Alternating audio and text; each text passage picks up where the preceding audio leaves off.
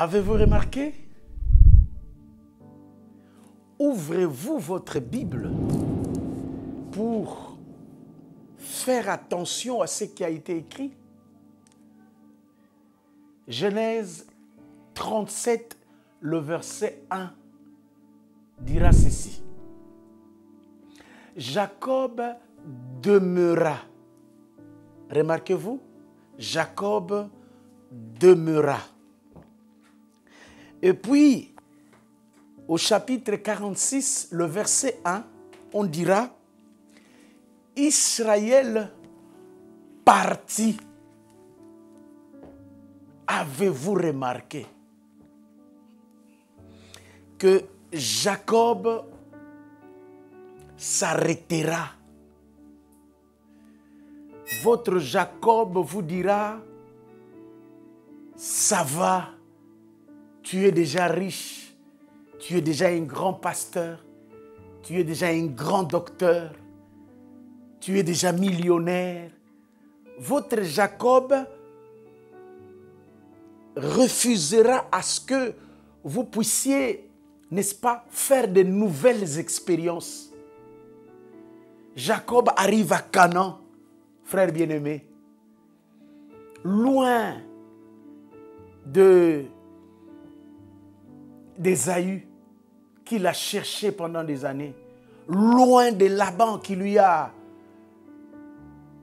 fait des choses effroyables, loin de Sichem, là où on a violé Dina, loin de tout ce qui s'est passé.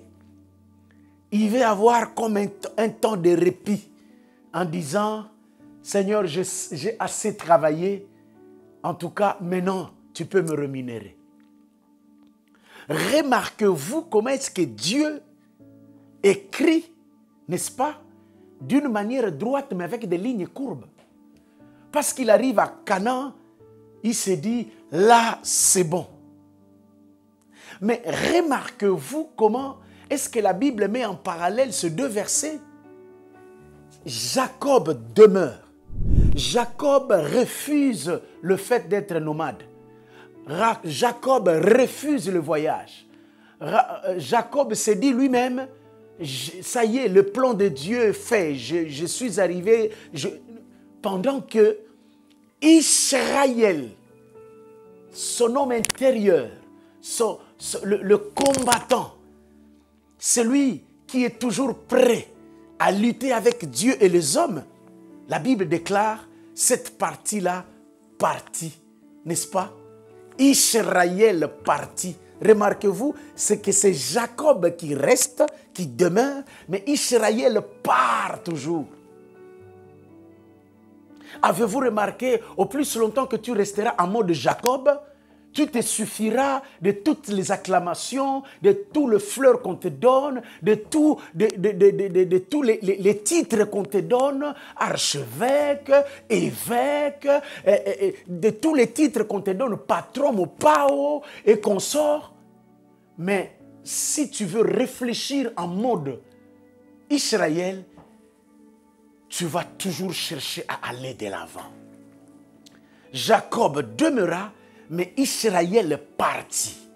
Eh bien, je prophétise en ta faveur que ton Israël ne reste pas sur place, parce qu'il est écrit qu'ils augmentent leur force pendant la marche jusqu'à se présenter à Sion.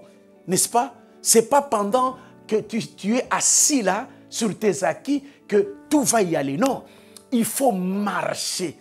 Il faut chercher toujours à aller de l'avant. Voilà pourquoi je t'appelle, c'est la rentrée bientôt, à de nouvelles expériences, à une nouvelle lecture. Je t'appelle à une, n'est-ce pas, nouvelle compréhension de la parole de Dieu.